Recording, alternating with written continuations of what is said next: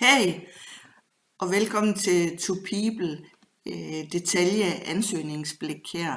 Jeg vil prøve at vise jer, hvordan en ansøgers information ser ud i To People.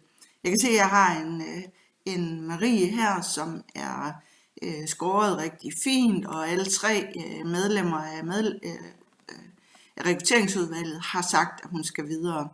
Det jeg ser øverst er billedet af hende.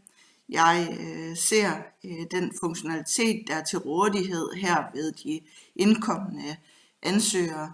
Jeg ser hendes tekstuelle ansøgning, personlige informationer og beskrivelser. Så har vi andre informationer, hvor hun har været inde og defineret, at hun har kørekort, hun har kendskab til systemer. Og så kan jeg se hendes joberfaring, hendes uddannelse, og så kan jeg se hendes score på kvalifikationer. Jeg kan se, at jeg har tagget hende med passion, og det tegner jo rigtig fint. Vi kan godt lide passionerede medarbejdere. Jeg kan knytte en talentgruppe på hende.